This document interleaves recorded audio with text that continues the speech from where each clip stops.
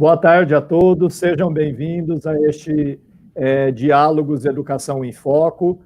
Hoje, neste momento, com o tema A Escola Parou e a Educação Não. Experiências exitosas, com o professor André Luiz Correia, o Diego Turler e mediação da professora Regina Chudo, a quem eu já encaminho para que ela dê sequência aos trabalhos. Sejam todos bem-vindos e tenham um excelente webinar. Boa tarde, gente. Que coisa boa, né? Nós aqui de novo, aproveitando desse tempo da pandemia e da tecnologia dos canais de comunicação para a gente dialogar. Hoje, eu vou dizer assim, eu estou recebendo na minha casa, né? Olha, duas grandes autoridades da educação aqui. Duas pessoas que vão contribuir de um assunto que nem sempre eu e Jane, que fazemos muitas lives, abordamos, né? Mas que é dois temas bem importantes. Primeiro, porque, como disse o título, a escola parou, mas o nosso convívio e as nossas aprendizagens não. Aliás, aprendemos o tempo todo em diversos ambientes, seja um ambiente virtual ou seja um ambiente físico em casa, todos nós estamos sempre aprendendo. André Luiz Correia, um professor da rede pública carioca, lá do Rio de Janeiro, vai dialogar conosco, porque ele usou uma plataforma e ela viralizou. Quer dizer, o que viralizou não foi a plataforma, o que ele postou no Facebook. Fez até ele criar agora um canal de comunicação que ele vai comentar. Então, André Luiz, seja bem-vindo. Estou muito feliz de ser a mediadora hoje desse bate-papo, porque o André é professor da rede pública, observando a esposa que trabalha com a rede privada, vai nos contar como é que o filho dele está se transformando em verdadeiro pesquisador, sem, contudo, falar do homeschooling. Nós não estamos falando que o Diego, nesse momento, o André, desculpa, está fazendo homeschooling. Ele está aproveitando o momento da pandemia, da quarentena, para ativar, né, as experiências, curiosidade do seu filho e entrar no processo de investigação usando uma plataforma, tá bom? E também teremos a honra de receber o fundador da Little Maker. Quem me conhece sabe que eu tenho falado da cultura maker na escola. A cultura que não é só para escolas, mas a cultura do faça você mesmo, que é muito presente, que está presente nos Estados Unidos, no Japão, na Inglaterra, né? Em outros países, e que no Brasil nós temos uma geração neném, intitulada pela pesquisa do IPEA, de que 23% dos jovens brasileiros nem trabalha, nem estuda, talvez porque nunca aprenderam a colocar a mão na massa em nada. Ou uma geração, talvez, de crianças bananas, não é ofensivo, mas que não sabe sequer descascar uma fruta ou subir numa árvore. Então, vamos convidar os dois. Eu vou começar aqui com o Diego Turler, porque já está na sequência para entrar o vídeo, e o Diego vai nos contar como foi que um engenheiro de formação veio se dedicar à educação e como ele tem contribuído agora com esse momento da pandemia. Professores, muita atenção.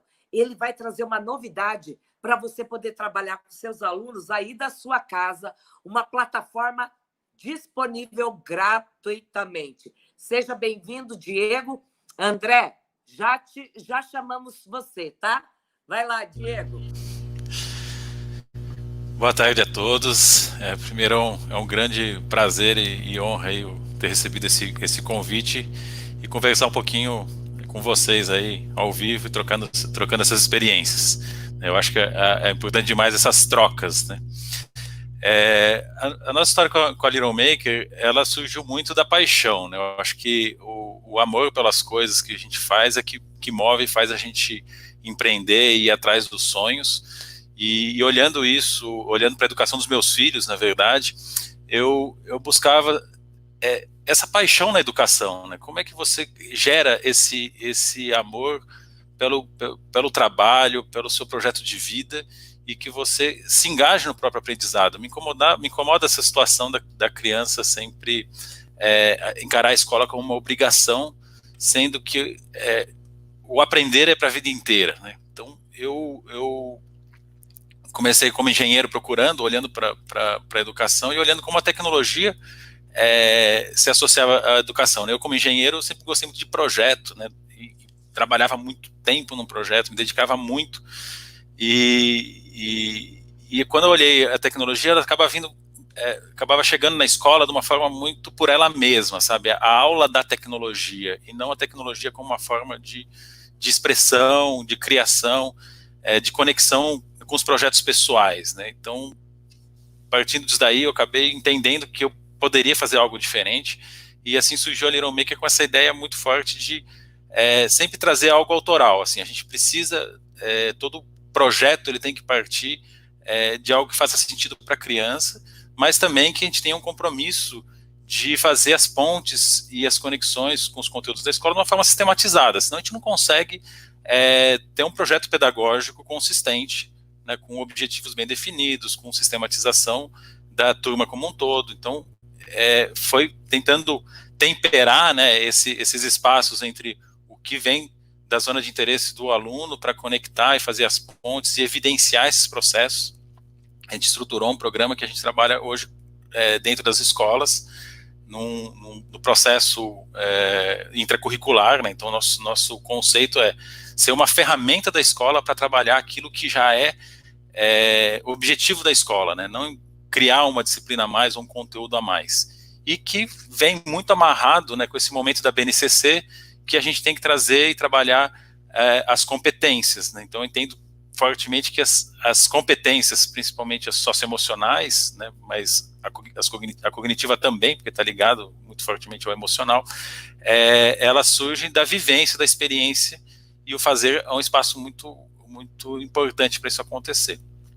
Então, a gente foi estruturando isso de uma forma muito consistente. E, né, que a Regina comentou, né, que a gente acabou fazendo nesse momento, é que com, né, a chegada aí da pandemia, e esse momento crucial e desafiador para todos nós, a gente começou a repensar, né, as nossas práticas e como que a gente conseguiria trazer, ou levar, né, aquilo que a gente faz para casa, e de uma forma consistente. E para a gente que foi um desafio muito grande, porque a gente sempre pregou muito o ao vivo, fazer o mão na massa, e como é que a gente vai estar separado agora e vai manter essa essência e esses elementos. Então a gente acabou organizando em cima da plataforma que já existia, né, mas a gente criou dentro de um aplicativo todo um processo de sistematização onde a gente provoca, né, ou lança esses desafios num contexto bem amplo para a criança entender aonde, como ele se conecta, né, com aquele contexto que a gente está propondo, e inclusive dando muito espaço para escolher as materialidades. Eu posso fazer um projeto usando sucata, o material que eu tenho reciclado em casa, como eu posso fazer uma animação no Scratch, usando um computador ou uma ferramenta de desenho digital. O importante é eu trabalhar em cima de um projeto e criar algo que faz sentido para mim, e a gente vai mobilizando isso. O mais legal da ferramenta é que ela vai conduzindo nesse processo, organizando e trazendo também elementos de autoavaliação, de reflexão para um conhecimento do próprio processo de aprendizagem. Então, a gente vai conseguindo documentar isso tudo e montar essa trajetória de uma forma consistente. E o que foi legal é que o resultado foi tão bom que a gente falou, putz, por que a gente não disponibiliza isso como uma contribuição para todos nesse momento, né?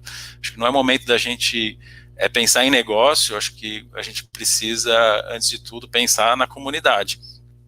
E a gente disponibilizou para as famílias gratuitamente e começou a fazer parcerias com escolas, né, públicas e privadas, porque essa plataforma ela permite também ter uma visão de gestor, né? Eu consigo ver o relatório, os resultados, a compilação dessas atividades, e então a gente faz uma parceria com as escolas que disponibiliza para os alunos, e a escola pode ver esses relatórios também. Então, a gente começou a trabalhar dessa forma, junto com várias escolas. Hoje a gente está com quase 100 escolas, e acho que cerca de 10 mil alunos usando a plataforma. Muito bem, Diego.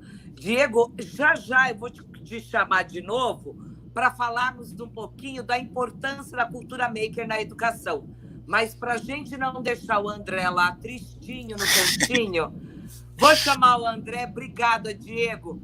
André, e aí, por que, André, que viralizou a postagem que você fez no Facebook utilizando uma plataforma com o seu filho de 6 anos? André é professor de arte e ele foi utilizando das tecnologias, né, para descobrir coisas novas com o seu filho. André, seja bem-vindo.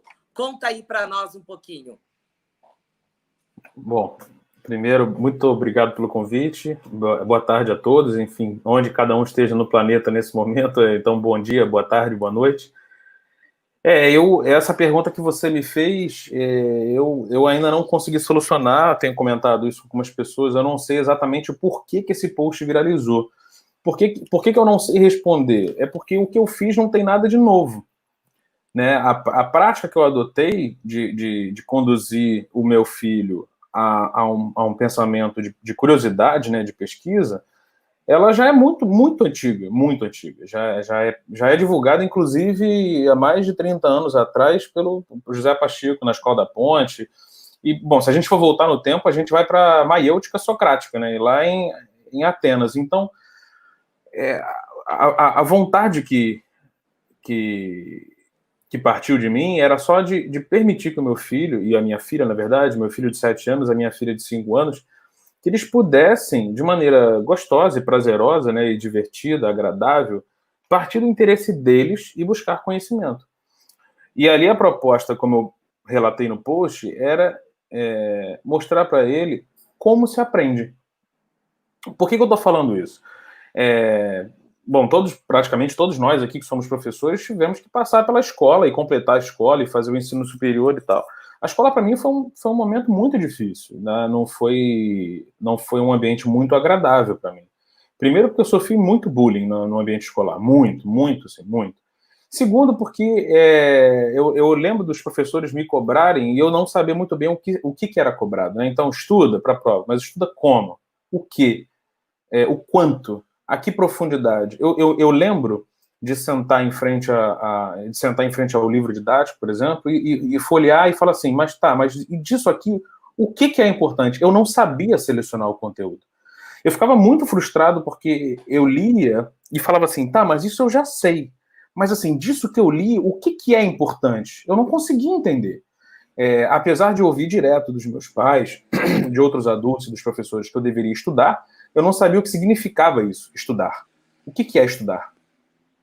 E, ao mesmo tempo, eu vi amigos meus tirando notas altas, que se dedicavam, alguns que não estudavam muito, eram apenas, enfim, tinham boa memória, tinham capacidade de leitura dinâmica e tal.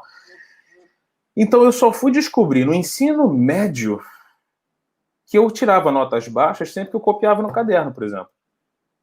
Então, todas as vezes que eu ficava olhando para o quadro, copiando do quadro, a minha nota era menor. Quando eu prestava atenção na aula, a minha memória visual e auditiva funcionava perfeitamente. Eu lembrava na hora da prova, exatamente, às vezes, da cor da camisa do professor. Eu lembrava onde eu estava sentado na sala na hora daquela pergunta específica. Eu lembro disso, o professor falou tal. E aí, obviamente, meus cadernos começaram a ficar em branco, no ensino médio, né? Eu não notava mais nada, eu só ficava sentado olhando o professor. Porque eu entendi que o meu modo de aprender não era igual a daqueles alunos que tiravam as melhores notas, que ficavam lá. Então, eu conseguia me satisfazer. Então, eu percebi que aprender é uma coisa muito individual. Quando eu tive contato, por volta do ano 2008, né, quando eu tive contato com um primeiro vídeo do José Pacheco, e que ele trouxe ele descarregou sobre mim, né, através de um vídeo, né, as informações que eu sempre imaginei mas nunca consegui botar para fora, né, assim, sistematizá-las, né? Falei, caramba, é isso, a escola é isso, a educação é isso, fez todo sentido, caiu como uma luva, né? E aí, eu nem era professor nessa época, né? Então um amigo meu falou para eu ser professor e eu fui correr atrás dessa informação, fiz uma formação de ensino da arte, conheci professores de arte, eles me indicaram que eu deveria ser professor, que eu gostava disso, que eu seria um bom professor, fiz a minha licenciatura, ingressei, e desde então eu estou nessa batalha, tentando mostrar para os meus alunos, para os pais dos meus alunos, que educação não é passar conteúdo, que ninguém ensina ninguém, você só aprende quando você quer. Então, quando a escola do meu filho decidiu dar aula virtual, eu falei, não, são crianças, é uma criança de 7 anos, uma criança de 5 anos, não precisa disso, não é necessário. Ao invés de trabalhar o conteúdo com os pais, as escolas estão ainda focando em botar crianças, às vezes uniformizadas, sentadas em frente ao computador para fazer dever. Eu falei com a minha esposa que eu achava que aquilo não era o melhor. Eu sei que é uma tentativa da escola, eu sei que os pais estão pagando, eles estão exigindo alguma coisa, eu compreendo tudo isso perfeitamente, né? A minha esposa também trabalha numa escola particular. Mas eu percebi que isso não seria o certo a fazer, pelo que nós entendemos sobre educação. Então, nós decidimos que a gente não botaria ele para assistir às aulas, ele faria suas atividades no ritmo dele, as atividades propostas pela escola, e que eu iniciaria um processo de pesquisa com ele, né? Então, perguntando para ele sempre o que ele quer aprender, e a partir disso sair fazendo perguntas e estimulando a curiosidade dele, até o ponto dele falar, estou satisfeito, e a gente parte para uma nova pesquisa. E é isso que a gente tem feito. E com a minha filha, como a proposta dela foi aprender a escrever e ler, estamos nesse processo de estimulá-la ao contato com as letras. Ela já saiu daquela escrita de garatuja, né? Já está no processo pré-silábico e está começando a se familiarizar com as letras, e a gente está estimulando isso. Ela quer escrever uma carta para um amigo dela, da sala dela, da escola. A meta é essa. Então, a gente quer permitir que ela possa escrever uma carta, seja ela de 3, 4, 5 palavras, mas ela vai escrever, sabendo o que ela está escrevendo. Não somos nós que vamos escrever para ela. É isso que a gente quer. Perfeito. Porque nós temos já discutido muito sobre essa educação que tem que fazer sentido. Aliás, já dizia isso Paulo Freire, Gadotti, no Brasil e fora do Brasil, meu Deus, Vygotsky, Luria, Leontiev, tantos teóricos dizendo para nós, a educação tem que fazer sentido. E a educar pela pesquisa, nós temos vários teóricos brasileiros, como é o caso do Pedro Demo, que já vinha contribuindo, dizendo, até Bachelard, que é um filósofo, se não houver perguntas, não há construção do conhecimento científico. Então, o que o André Luiz, como professor de arte da rede municipal, fez com os filhos, e que eu disse que viralizou, foi justamente isso, questionar e usar uma plataforma digital do Google para fazer a pesquisa com os 2 filhos dele, né? Então, agora, eu vou pedir para o Paulo colocar os 2 na tela e eu vou fazer um bate-bola agora para a gente falar de alguns assuntos. Olha lá. Primeiro, vamos pensar assim. A escola do qual vocês 2 se referiram não é mais a escola tradicional. Que nós, na pedagogia, eu sou pedagoga, aliás, hoje é o dia do pedagogo, nós, na pedagogia, estudamos a pedagogia transmissiva, né? Que é a tradicional, tecnicista, boca-nuca, enfim. E hoje, uma pedagogia participativa. Queira utilizar metodologia de projetos, abordagem de projetos como Pacheco, ou trabalhar com a aprendizagem significativa de Ausubel, ou com a cultura maker. A questão é uma pedagogia participativa onde o aluno seja o protagonista. Então, já entendemos dos 2 que nenhum trabalha com a perspectiva tradicional e que no tempo da pandemia não dá para deixar o filho fazendo tarefas mecânicas e repetitivas, ok? Então, a minha pergunta, como é que os professores, nesse tempo de pandemia, podem organizar suas práticas com aula remota ou não, síncrona ou assíncrona, podem, nesse momento, utilizar de plataformas ou de aulas para mobilizar a cabeça, né, o fazer dos nossos alunos, ensinar a fazer e ensinar a pensar. Quem quiser começar a falar. Vai, Diego. Eu acho que existem muitas ferramentas, né? Eu acho que quanto ao formato, eu sei que existe também um problema, que existe uma lacuna muito grande de conhecimento e de repertório dos professores, de conseguir também conhecer as ferramentas em si, mas eu acho que não é o momento aqui pensar na ferramenta, mas eu acho que o ponto de partida é pensar como você vai propor essa experimentação, né? A gente segue muito dentro do Maker, a gente segue a linha da aprendizagem criativa e que nasce ali no construcionismo do Papert, que traz muito essa questão de trazer uma conexão e uma exploração com um sentido, né? Então, a gente como educador, a gente acaba atuando com mais um papel de um designer educacional, de como que a gente consegue propor uma atividade, ou pela materialidade, ou pela provocação, mas que você consiga atingir e despertar o interesse, quer dizer, dar espaço para que os alunos tragam aquilo que é importante, né? Eu vi no trabalho do André mesmo muito disso, assim, ele partiu para o filho dele e falou assim, o que vocês querem fazer, né? A filha quer fazer a carta, o filho acho que queria fazer descobriu, não sei de onde veio o martelo do Thor, alguma coisa assim. Então, assim, ele conseguiu trazer exatamente esse referencial e daí trabalhando e puxando esses conhecimentos. Eu acho que esse é um ponto, a gente precisa repensar a forma da gente trazer o conhecimento, né? E aí vai depender do objetivo pedagógico de cada disciplina, de cada momento, e aí as ferramentas são inúmeras, tem ferramentas mais interativas, ou mesmo o velho, né, editor de texto, às vezes, contempla se você conseguir puxar esse engajamento inicial, né? Então é isso que eu sempre acredito, assim, uma vez que você consegue pescar o interesse, aí a dinâmica, a autonomia, tudo isso vai sendo construído com facilidade. É difícil exigir autonomia de aprendizagem quando você coloca, né, o aprendiz a fazer algo que não quer. Até a gente procrastina, né? Quando a gente tem que fazer uma coisa chata, a gente vai lá, putz, mas estou precisando de um café agora, você vai lá buscar o café. Não vai ser diferente com a criança, né? Tudo vai ser mais legal se não tiver sentido para ela. Então, acho que é muito mais pensar a perspectiva. E aí só um comentário que eu acho muito interessante, que eu gosto de falar, assim, a gente fala muito de inovação, né, práticas inovadoras, e sempre quando eu vou estudar isso, eu caio em autores que têm 50, 100 anos. Então, assim, as práticas inovadoras não são, são de fundamentos muito antigos, né? Então, eu acho uma reflexão interessante pensar sobre inovação na educação, né?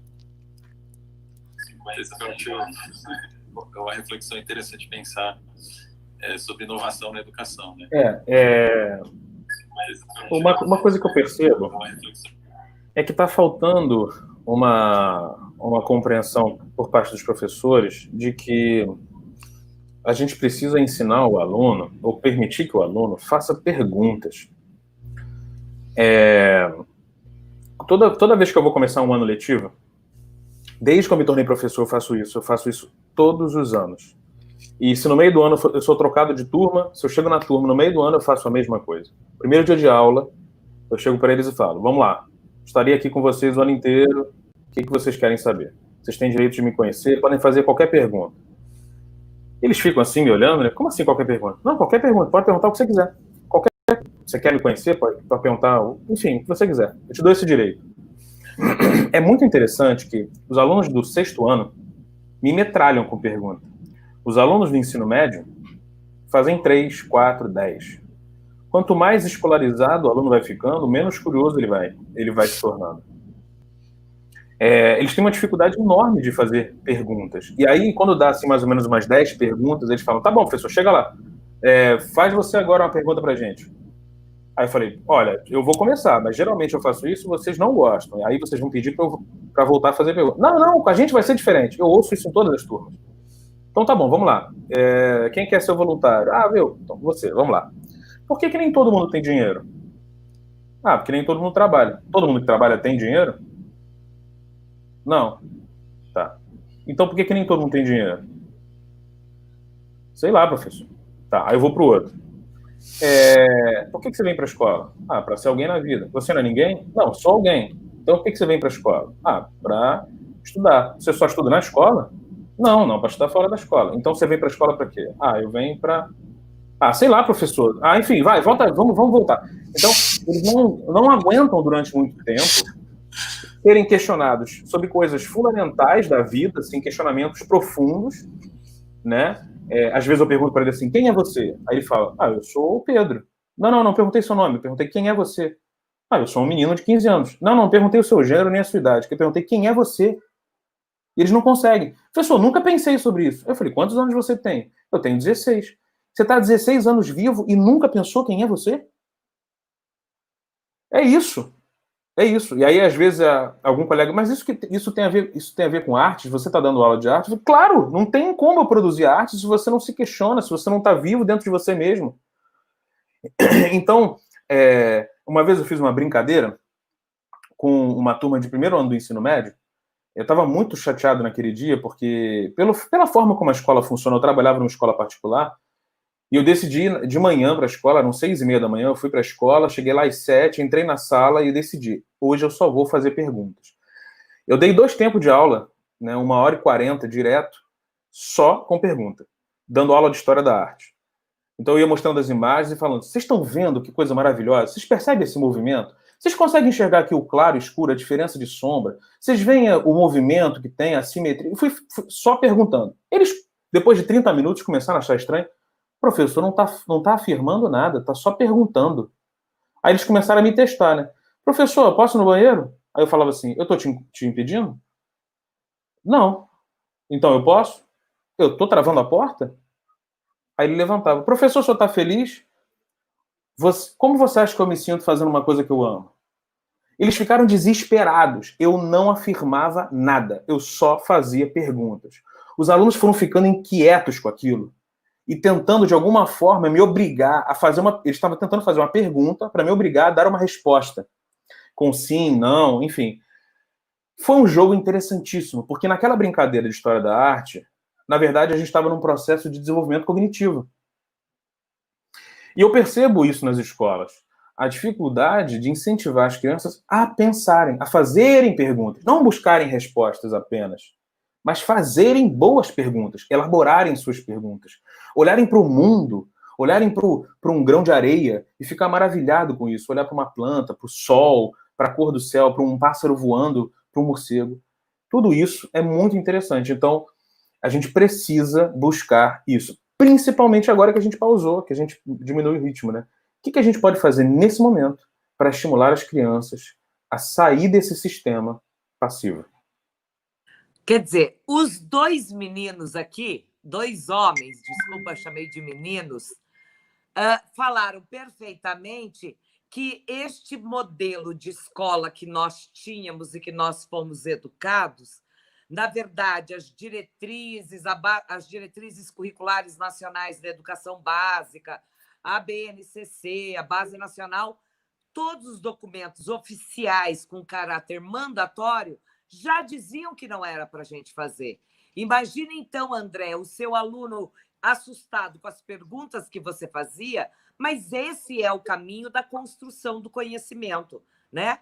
Que para o Diego, quando o aluno coloca a mão na massa para executar um projeto de vida dele, né?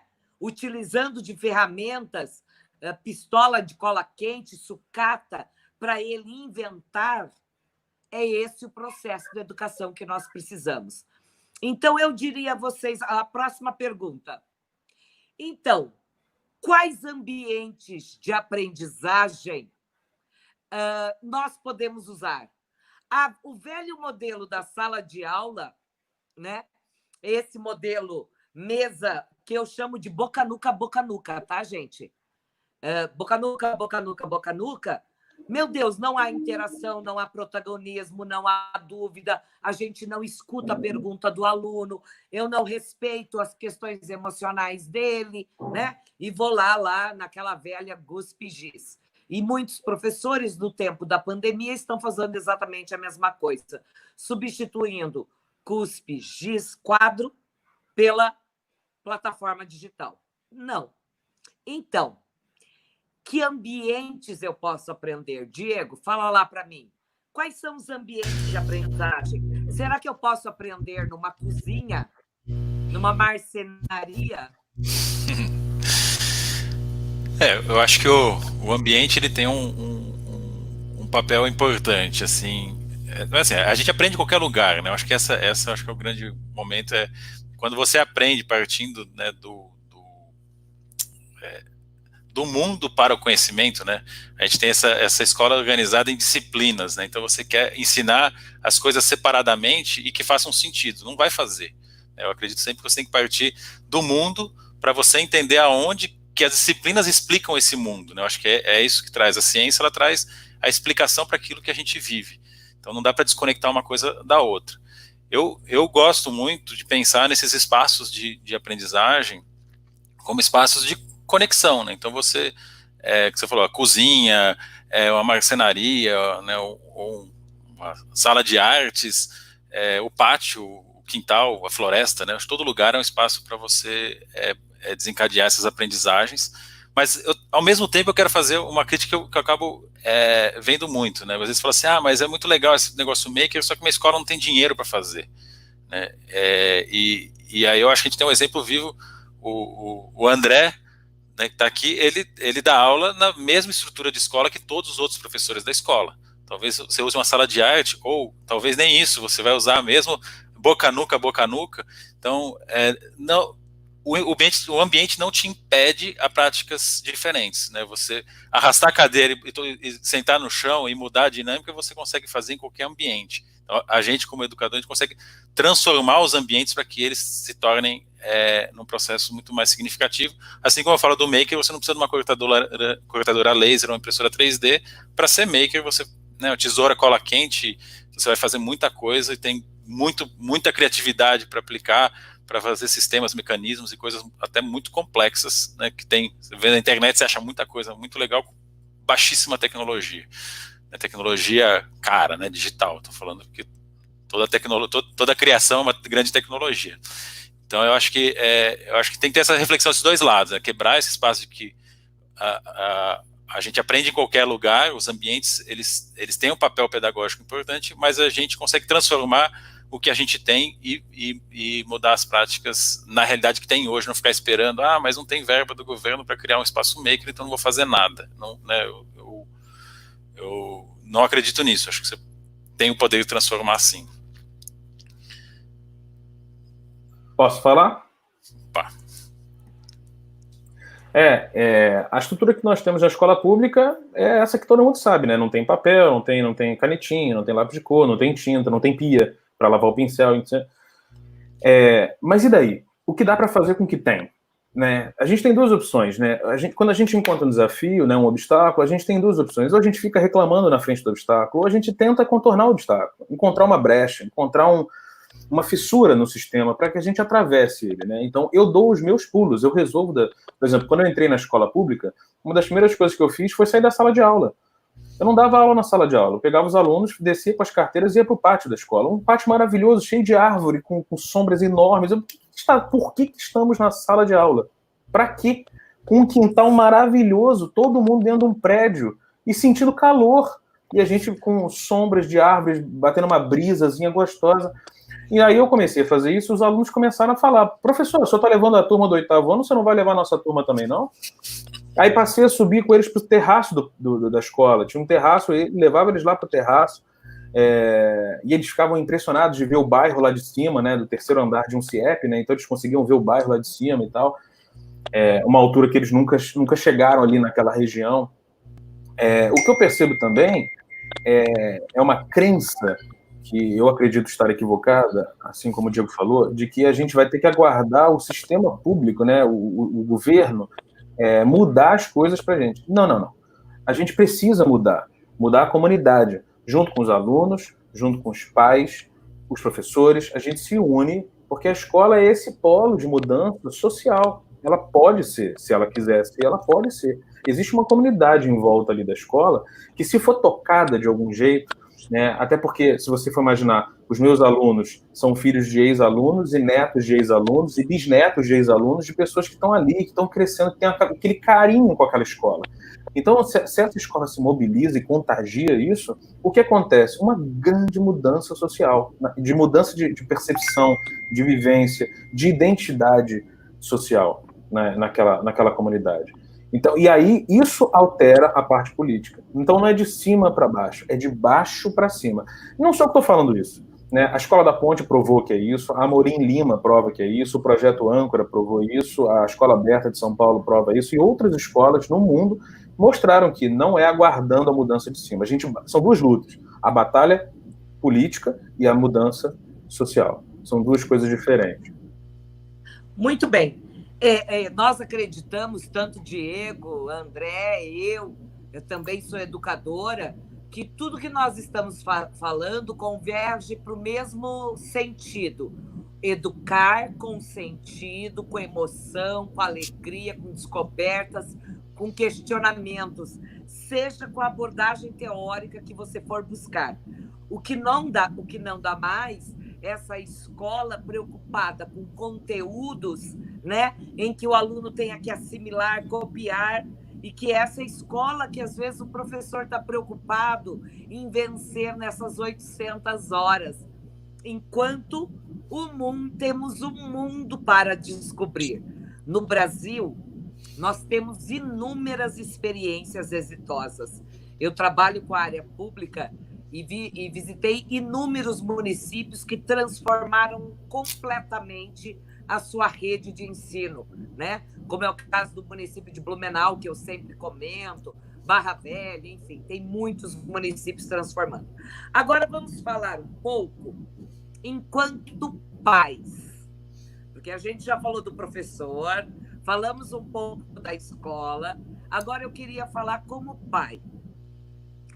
Como foi para seu filho, André, e você, Diego, como pai, ou acompanhando os alunos da escola, os que têm Little Maker, as escolas que adotam a Little Maker?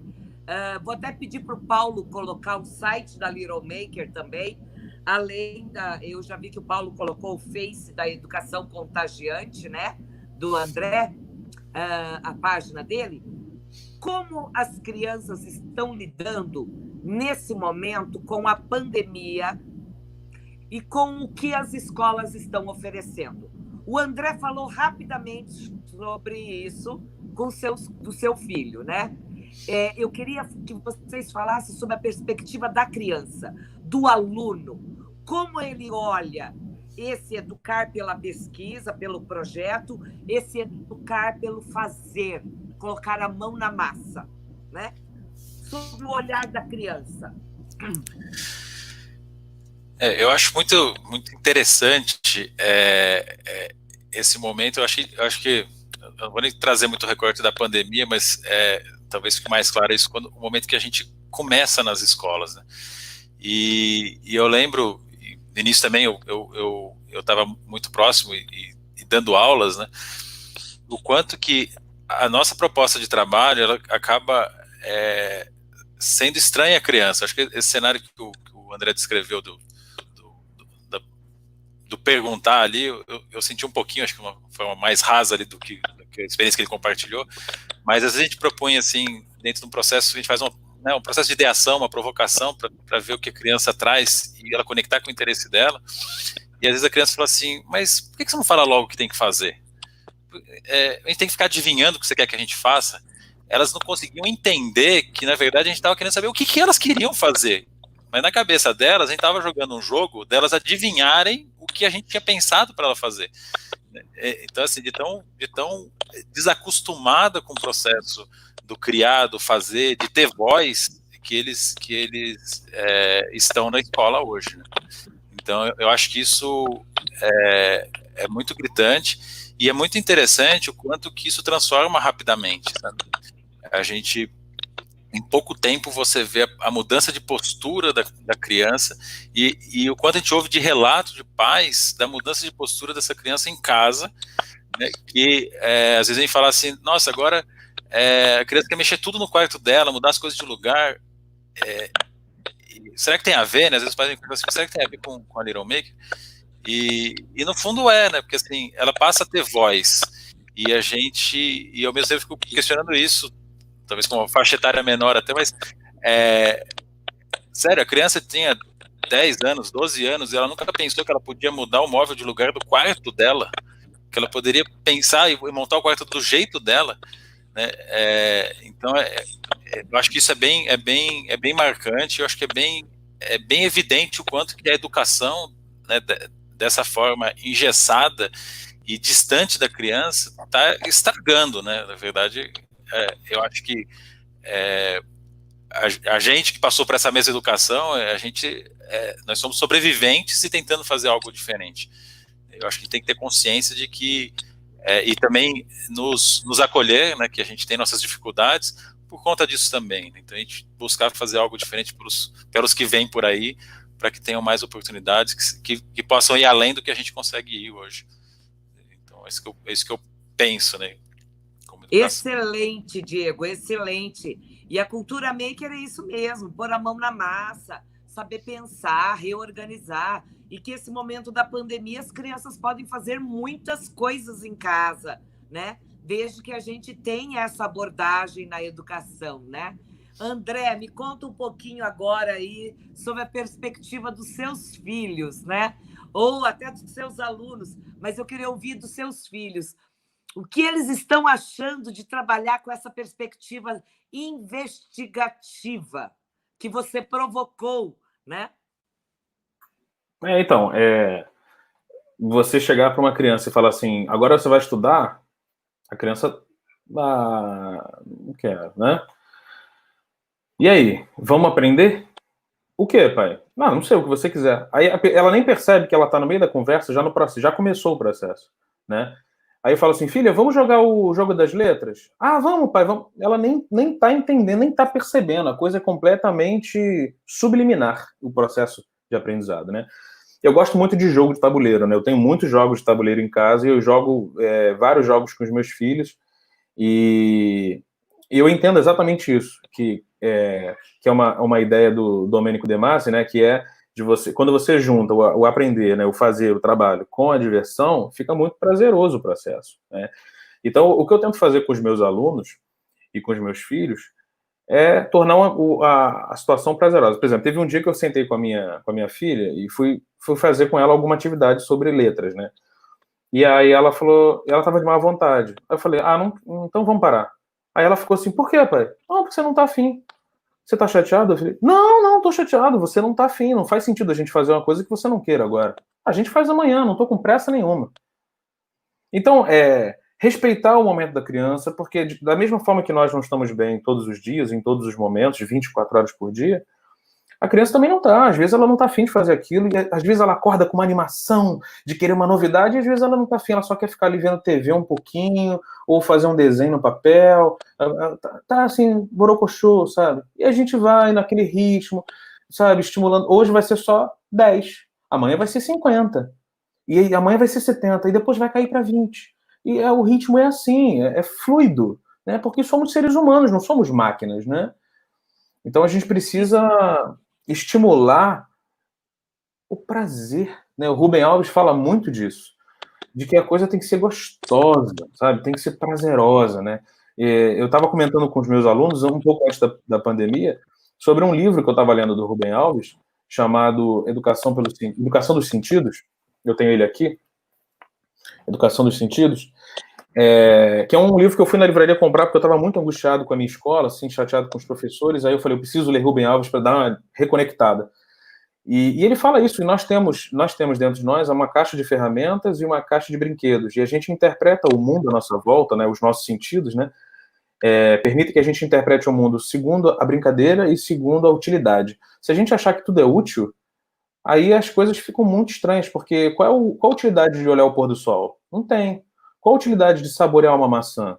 Comer uma maçã é útil, mas saborear uma maçã é inútil. Qual é a utilidade de dar um beijo na boca?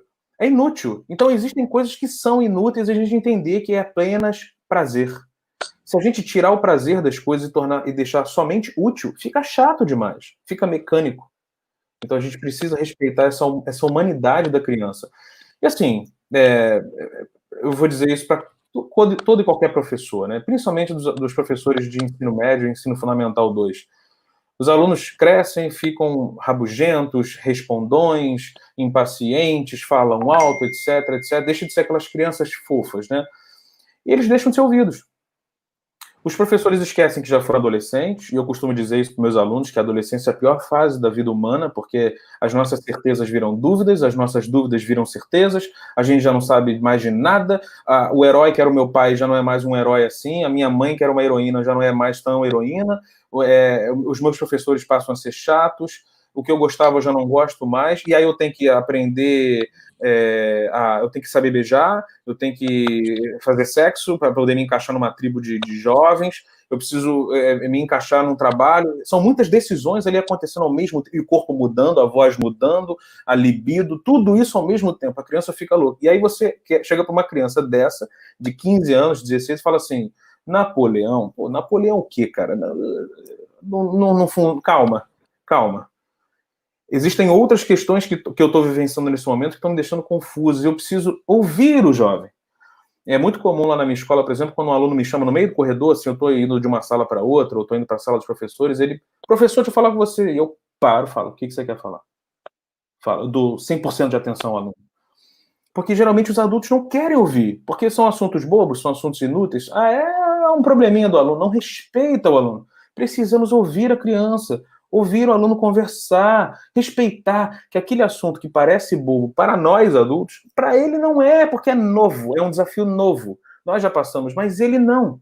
Então, às vezes, um aluno vem perguntar para mim, como é que eu chego numa menina? Professor, como que eu chego numa menina que eu gosto? E ao invés de eu dar resposta, eu faço maiêutica, eu faço pergunta para ele, o que você acha? Você já fez isso? Deu certo? O que sua mãe falou para você? Seu pai e seus amigos? E ele vai começando num processo de autoconhecimento e ele mesmo descobre o que ele tem que fazer. Eu não dou resposta para o aluno. Mas são dúvidas genuínas que ele não está encontrando com quem falar. Uhum. Não, excelente. Quando você disse da escuta, por isso eu perguntei sobre o ponto de vista, né, das crianças, como elas observam esse cenário que vocês estão apontando. Tanto o Diego para os seus alunos, filhos, para o André a mesma coisa. A pedagogia da escuta, né, que Loris Malaguzzi, lá da Itália, de Reggio Emília, nos ensinou o quanto é importante ouvir o que as nossas crianças têm, porque elas têm expressões, interpretações, precisam participar, precisam aprender a se expressar. Muito bem, meninos. Hoje nós estamos falando de uma pedagogia ou de uma escola com sentido, que o professor conduz esse aluno para que tenha sentido. Mas agora eu quero entrar num assunto para vocês observarem o quanto também é importante a compreensão das ciências. Então, quando eu digo que a pergunta é importante, porque ela mobiliza o processo cognitivo, emocional, investigativo.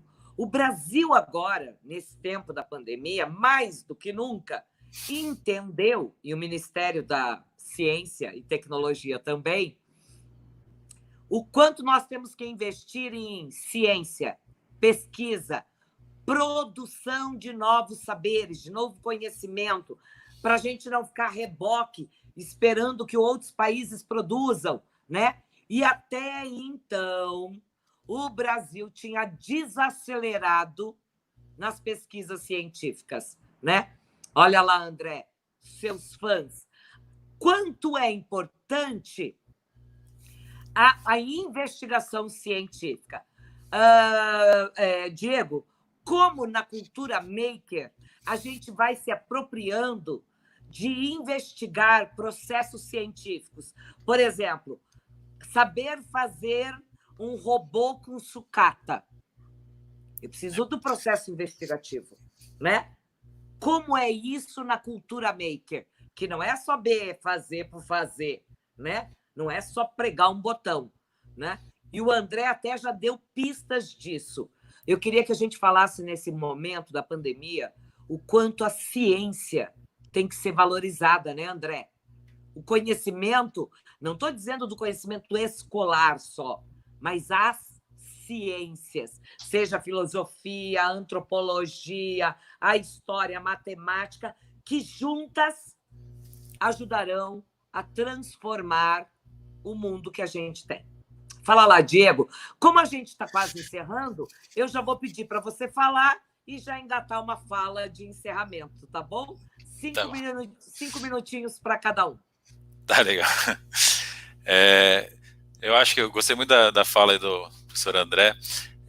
Eu acredito muito eu falo muito disso, né? O quanto que o aprendizado tem que ser prazeroso. E eu gosto de fazer uma diferenciação entre só o divertido e o prazeroso. Porque às vezes a pessoa pensa em criança, né? Tem que trazer para o contexto do aluno. Tudo tem que virar uma brincadeira. A escola não vai virar um play. E eu acho que um exemplo bom que eu gosto de dar da diferença entre o divertido e o prazeroso é uma maratona, né? Obviamente que a maratona não é significativa para todo mundo, mas para quem gosta da maratona, existe momentos de esforço e de desafio e de mobilização de energia para uma coisa que pode ser dolorosa, uma falta de ar, uma dor muscular, que ela é compensada por um prazer muito extremo da chegada e da conquista do chegar lá. Eu acho que a aprendizagem é isso, é sair da zona de conforto, é lidar com as suas fraquezas, lidar com a sua incapacidade de fazer uma coisa para você praticar, treinar, conseguir ter prazer e realização disso. Eu acho que isso ele traz dentro do contexto que eu trago, né, do Maker muito forte, é que o Maker ele sempre contextualiza isso para algo que faça sentido. Então, o Maker não é o fazer por fazer, mas é você fazer para a sua comunidade, para o seu meio, para quem você gosta, para aquela coisa que é importante e relevante para você.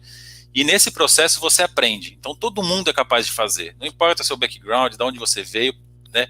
Você, com esforço e dedicação, você chega lá. Então, ele traz isso muito forte. E o compartilhamento, você aprende com pares. Então, quando você descobre alguma coisa, é sua responsabilidade passar para o próximo, é sua responsabilidade ensinar o próximo e passar para frente esse conhecimento. Então, ele vai conectando e puxando muito esse processo científico, da descoberta, do entender o mundo, de entender os sistemas, de entender a sociedade, de pertencimento, né, de se entender dentro de um contexto e da sua responsabilidade em cima das suas ações. Eu acho que isso, partindo disso, que a gente consegue trazer e conectar com o prazer, os referenciais, a contextualização e, obviamente, né, todo o processo investigativo, né, de partir do mundo para conectar o conhecimento. Eu acho que a ciência ela vai ganhando espaço quando você traz nesse contexto. Então é algo que eu acredito muito, eu acho que é muito potente, mas ao mesmo tempo eu acho que é um desafio muito grande, né? Eu não gosto de minimizar. Eu acho que o professor André ele pode ficar mais confortável em falar porque ele está ali na frente e eu acho que é um grande herói de estar ali junto com os alunos. A posição que eu tenho, né, e a minha história não vem dessa batalha de frente. Então eu gosto também de ter sempre um olhar de compaixão com os desafios que vivemos todos os dias, né? Existe uma demanda de um currículo, né, de um tempo, de um vestibular e de pais e famílias que querem esse sucesso, né? Não entendem que talvez o sucesso seria um caminho até muito mais simples de autoconhecimento e encontrar o seu prazer nas coisas, mas que acaba dificultando essa conexão, esse trabalho do dia a dia, essa liberdade de poder criar e fazer algo realmente diferente. Então eu acho que a gente tem que buscar espaços para inovar. Inovar é difícil, né? Sair da zona de conforto é difícil, é algo que a gente não foi educado para fazer. Então fazer uma prática nova é se expor, né? Eu volto a fazer referência, porque eu li ontem o prefácio do livro do André, o quanto que ele colocou ali já no prefácio, o quanto que ele expôs sua fragilidade para os alunos para conquistar e criar esse vínculo. A gente tem que sair desse papel. A nossa educação foi feita para não mostrar fragilidade. A gente tem que ser duro, seguro, competente, né? E não é isso que o aluno precisa, ele precisa de um humano ali, ele precisa de alguém empático, alguém que não seja perfeito e que ele possa confiar e construir as relações. Eu acho que é brilhante, né? A história, eu vi alguém falando, é fã do professor André, eu sou outro fã do professor André, pela história dele também. Então, o que... Pode falar. Então, eu acho que a gente tem que encontrar esses espaços. E a gente precisa buscar repertório. Eu acho que espaços como esse, para a gente discutir, trocar práticas, conhecer. A gente também está mobilizando, semana que vem vai ter o simpósio, trazendo já para o encerramento. A gente fez um simpósio onde a gente convidou pessoas muito queridas que pensam como a gente para falar e para compartilhar um pouco das suas experiências e práticas para a gente conseguir se inspirar. Acho que não tem uma receita, né? É um caminho que vai muito do pessoal, das competências, das particularidades de cada professor. Eu acho que o importante é a gente ter esse espaço de troca, para que cada um possa crescer da sua forma e encontrar a sua identidade. Não é fazer igual, né, mas é encontrar aquele espaço que você gera essa conexão com o aluno, porque o aprendizado é orgânico, ele é biológico, ele é emocional, e ele precisa disso, não é mecânico. Então é isso que eu acredito. Diego, você foi ótimo. E eu e a Jane Haddad, que nós somos as parceiras que trabalhamos com lives toda semana, falando das competências socioemocionais. Então, tanto na fala do André quanto na do Diego, eu fico bem feliz porque vocês transitaram na escola do prazer, com sentido, com emoção e mais, com projeto de vida. Sem que o aluno tenha um projeto de vida, quando o André perguntou para o aluno dele quem você é, quem eu sou, né? E ele disse, mas como assim, professor? É isso. E quando eu falei das ciências, é porque, às vezes, as pessoas pensam que o fato da gente estar trazendo uma abordagem diferente, numa pedagogia participativa para a escola, que está perdendo conhecimento científico. Muito pelo contrário, nós estamos ganhando, né? E não existe ciência sem ter a razão e a emoção, né? Diego, muitíssimo obrigado pelas suas considerações. Eu vou falar para o pessoal que está nos assistindo, acompanhem o simpósio da Little Maker, né? Muito obrigada, e foram preciosas suas colocações. André, a palavra é sua, meu querido, para a gente poder já ir para o finalzinho. Encerrar. Então, quando você fala de ciência, né? Todas as escolas que eu trabalhei, eu tentei me aproximar primeiramente dos professores de filosofia. É onde eu acho que a coisa começa. A minha preocupação muito grande é que os alunos nem sabem que, se não fosse filosofia, nem existiriam as outras ciências. E que a filosofia, às vezes, é dada como um conteúdo, assim, decoreba, né? E eu falei, gente, não, até a filosofia, né, já fazem isso com artes, né? Vai fazer também com filosofia? E como que conseguimos chegar a esse ponto, né? Então, eu de vez em quando converso com os professores de filosofia e os de ciências, né, de biologia, química, física e tal, eu falo assim, pelo amor de Deus, ajuda, porque a Terra plana está se expandindo. A gente precisa de vocês, cara. A gente precisa que os professores de ciências desenvolvam o pensamento científico, pensamento crítico nas crianças. Não adianta só decorar o nome das briófitas, pteridófitas, não adianta decorar as camadas de elétron, um S2, 2S2, 2P6. Isso não vai resolver o problema do fato de que a Terra plana está aumentando. Eu contei para minha esposa uma vez uma coisa que aconteceu na sala de aula. Eu perguntei para os alunos assim, alguém aqui acredita que a Terra é plana? E um aluno falou assim, professor, eu acredito. E eu falei assim, e você acredita por quê? Ele falou, porque eu vi um vídeo no YouTube. Eu falei, entendi. Mas você já leu algum livro sobre isso? Não, nunca li nenhum livro. Entendi. Então você acredita mesmo que a Terra é plana. Aí eu expliquei como é o modelo de Terra plana para ele e tal, que eu já pesquisei sobre isso. Ele falou, eu acredito que é isso aí, professor. Aí eu falei, mas você acha então que todos os cientistas do mundo estão num complô para enganar todo mundo? Ele falou, eu acho que sim. Tá bom. Você tem luz em casa? Tenho, mas isso é produto da ciência. Você usa tênis? Produto da ciência. E sua roupa? Foi feita por máquinas criadas por cientistas, você sabia? Tem celular no seu bolso? Então, esse celular foi feito por causa da ciência. Né? Você tem óculos? Tem. Então, a lente é um produto da ciência. E o metal que você usa também. E a comida industrializada tem na sua casa? Tem. Então, é produto da ciência. Você anda de carro ou de ônibus? Uhum. Então, o motor é um produto da ciência. O óleo diesel, a gasolina. E bicicleta você tem? Uhum. Então, produto da ciência. Aí ele falou, o que você quer dizer isso? O que você quer dizer com isso, professor? Então, você não acha estranho você acreditar que tudo isso que a ciência criou está ok e só a Terra plana é que você acha que estão criando um complô? Você não acha um pouco confortável demais você duvidar da ciência só nesse ponto e do resto você usa tudo? Se você sentir dor de dente, você vai ao dentista, que é um cientista, que usa o conhecimento científico. Se você precisar de um remédio, você vai na farmácia, que é um produto da ciência. Se você quiser ficar com calor, você liga o ar-condicionado, que é um produto da ciência. O avião voa, que é um produto da ciência. Então, todo o conhecimento científico criado por nós, seres humanos, para você está ok, menos a Terra esférica. É isso? Aí ele falou assim, caramba, professor, você tem razão. É mesmo, né? Eu falei, Então você vê, foi só pergunta, só maiêutica, só o processo socrático, para você botar o questionamento para ele mesmo se questionar. Isso é o pensamento científico. Que é isso que a gente devia estar fazendo com os nossos alunos. Eles deviam estar devorando os professores com perguntas.